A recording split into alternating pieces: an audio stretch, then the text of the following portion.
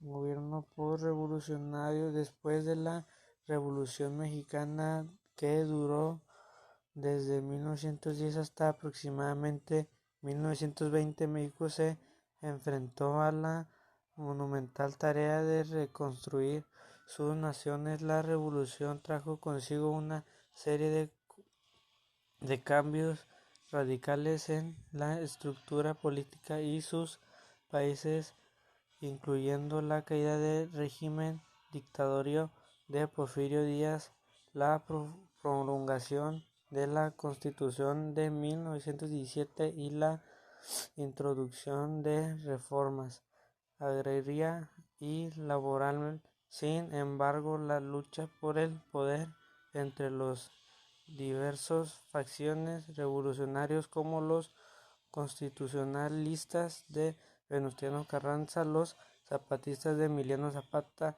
y los villistas de Pancho Villa, provocó años de conflicto y violencia. A medida que la revolución llegaba a su fin, México se encontraba en un estado de transición, con un gobierno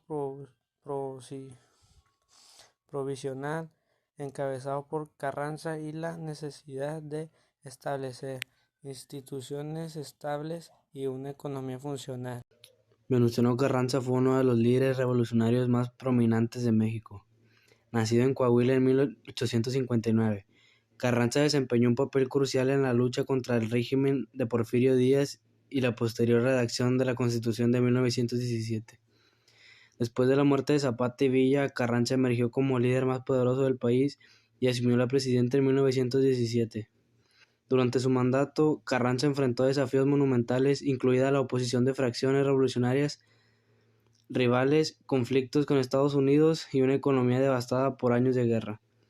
Aunque logró establecer algunas reformas importantes como la nacionalización del petróleo, su presidencia estuvo marcada por la corrupción y la represión política, lo que finalmente llevó a su asesinato en 1920.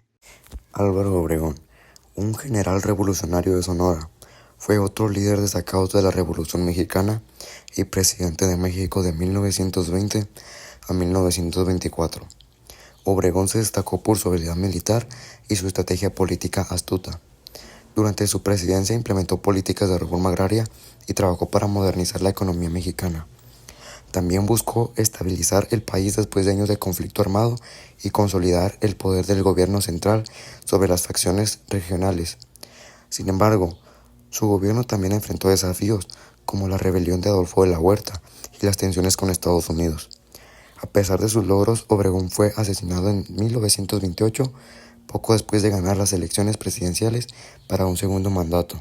El Maximato fue un periodo en la historia de México que se extendió desde el finales del gobierno de Calles en 1928 hasta el ascenso de Lázaro Cárdenas en 1934.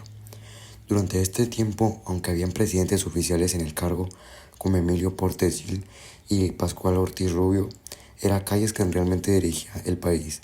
Aunque se mantuvo una apariencia de democracia con elecciones celebradas periódicamente, en realidad el poder residía en Calles y su red de lealtades políticas.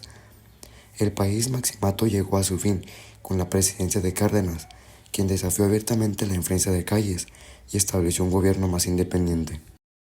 Plutarco Elías Calles, conocido como el Jefe Máximo, fue una figura dominante en la política mexicana durante la década de 1920. Calles fue presidente de México en 1924 a 1928 y es conocido por su papel en el Maximato, un periodo en el que ejerció una influencia significativa sobre los presidentes del poder.